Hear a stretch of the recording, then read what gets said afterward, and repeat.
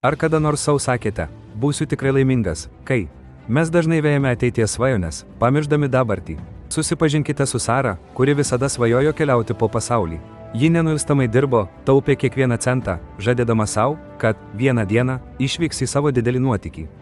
Metai bėgo, pažymėti atidėtais džiaugsmais ir neperskaitytomis knygomis, viskas dėl ateities, kuri atrodė nuolat nepasiekiama.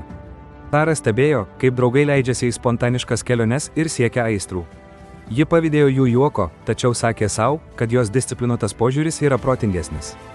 Mažas balselis viduje šnabždėjo apie praleistas akimirkas, bet ji jį nustumė į šalį, įsitikinusi, kad rytoj laukia tikrasis prizas.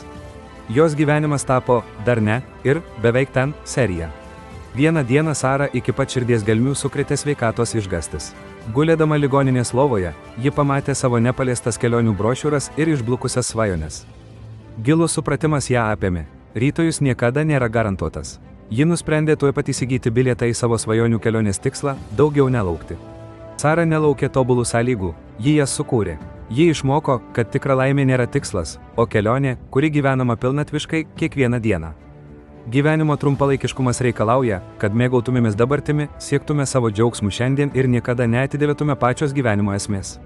Neatidėliokite savo laimės. Ko jūs laukiate? Ženkite tą žingsnį, paskambinkite ar suplanuokite tą nuotykį, apie kurį svajojote. Užsiprenumeruokite Lithuanian Repo ir gaukite daugiau istorijų, kurios įkveps jūs gyventi geriausią gyvenimą šiandien.